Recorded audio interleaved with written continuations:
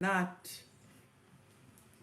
get the opportunity to use the beaches. So let's get started. Now, hey everyone, welcome back to the channel. And let me give you a little glimpse of what I'm going to talk about. So today we are diving into some stories that are as unpredictable as a cat in a room full of rocking chairs. We have got a police officer paying a staggering $100,000 to settle a wounding case. Can you imagine that? Set a wounding case. We're talking about a policeman. We're not talking about just a man just out there with a machete walking around like a madman. We're talking about a police. And yes, you heard that right. And then we are shifting gears to political drama unfolding in a Portland, where land, loyalty, and election surprises are more common than a rainy day in a Kingston. So sit tight because the ride's about to get even more interesting. Listen up. First up, let's talk about Constable Ricardo Freya. Now, imagine being a police officer and going to jail for wounding a colleague. You just pay $400,000 in mediation. Come on. What's this all about? I mean, wow. This isn't some dispute. It's a court case that's settled over a check. Over a check. So if he can do that to a fellow policeman, what would he do to himself? A check is like a slap on the wrist. That's like the legal version of let's settle this over cash and maybe a bank transfer. You know, I've been arguing with my friends, but I've never thought about paying them to keep the peace. Maybe I should start keeping a checkbook to my disagreements. Sorry, bro. That's a $400,000 apology on the way. This is crazy. What are the law people, judges, and these lawmakers in Aja? And get this. Over 64 police officers have been charged this year by Indicom. 64. You hear what me say? 64. That's more police in trouble than in a session of cops. And we all know how that show goes. It's like police academy dropout rate. Except these officers are still in uniform. Just more in court than on patrol.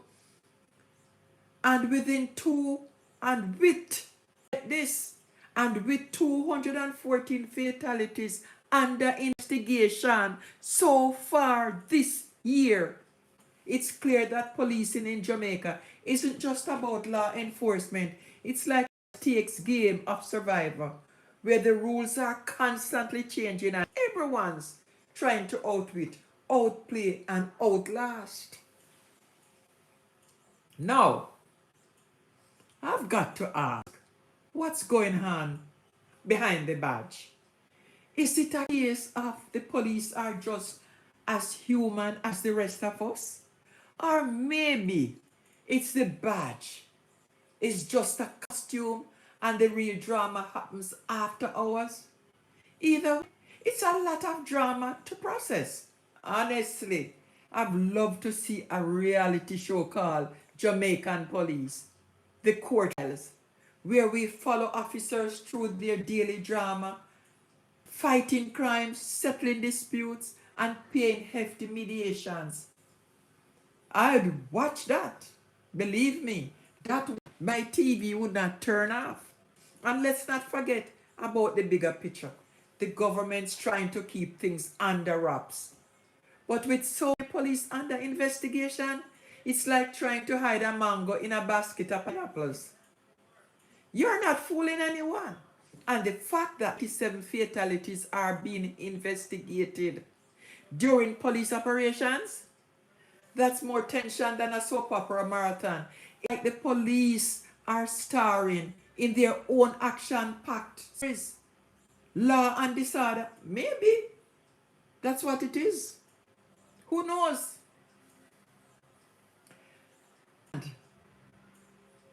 Switching gears now, let's talk about Portland Eastern. You know the election just passed, where the recent election results caused more ripples than a stone skipping across a pond. Anne-Marie Vaz, the incumbent, got defeated by a narrow margin, and suddenly land issues and local grievances have exploded into the spotlight. It's like a real life episode wants to be a landowner, and the answer is apparently not Vaz. Now, people are talking about land titles and squatters as they are discussing the latest blockbuster. The supporters say the election was about land promises. We want our land and we want it now. And honestly, who can blame them? Land in Jamaica isn't just a dirt, it's history, identity. Sometimes the key to survival. You see, land is like a relative who always shows up unannounced but never leaves. It's been passed down from generations, and now everyone's fighting over the last slice of jerk chicken at a family gathering. And speaking of jerk chicken, let's talk about the Boston Jerk Center. Supporters say Buchanan is defending the people against unfair land grabs and health department shutdowns. It's spicy, it's fiery, and it's full of flavor. Just like politics around, but with health officials shutting down stalls and vendors fighting back, it's clear that even in the culture, even in the country, in Jamaica, they're escaping controversy. It's like trying to cook a perfect jerk chicken. When you think it's ready, someone turns up the heat and everything gets a little smokier. Maybe in the background, got land squatters, local residents, and politicians all playing their parts. It's like a soap opera, full of twists, betrayals, and unexpected plot. Now, I'm telling you, we talk about the beaches. You know, Portland have a lot of beaches. And that's one of the things that's creating problems there right now. Jamaica is an island by water. But what about the access to the beaches? One day you are celebrating a victory and the next you are fighting over a piece of land that's been in the family longer than some of us have been alive. And the worst, nobody's really winning. They are just fighting for survival for a piece of their history, or maybe just to keep a roof over their head. And let's not forget the election's emotional aftermath. feelings, disappointment, hope. It's like watching a drama unfold in real time. Supporters say Buchanan's win is a sign of change, a chance to finally address land issues that have been simmering for decades. But others, like the squatters and vendors, see it as more than just politics. They see it as a fight for their homes, their livelihoods, and their right to stay. It's a reminder land isn't just dirt, it is life. And just when you think it can't get more intense, we have the issue of the local food spots. Supporters say Buchanan is fighting for the people right to eat good jerk chicken and keep their community alive. But health officials say some vendors meeting standards. It's as if the fight over land has spilled over into the kitchen. Who gets to cook, who gets to eat, and who gets to stay. It's high stakes, spicy, and definitely not for the faint hearted. You know, it's funny how land and politics in Jamaica are like a long running soap opera, full of drama, surprises, and cliffhangers. One day you're celebrating a victory, the next you're fighting over a patch of land that probably has more history than some of us can remember. It's a game of monopoly, but with real lives, real land, and real stakes.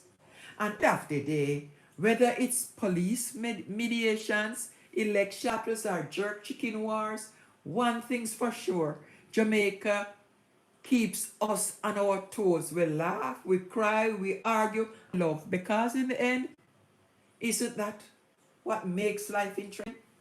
All right, folks, that's our deep dive into today's story. Longer, funnier, and more real than ever. If you enjoy this adventure through land disputes, police drama, and local flavor, don't forget to like, subscribe, and hit that bell icon so you never miss a moment. Thanks for hanging out with me, and remember, keep laughing, keep loving, and stay tuned in for more stories from Jamaica and beyond. Until next time, peace out.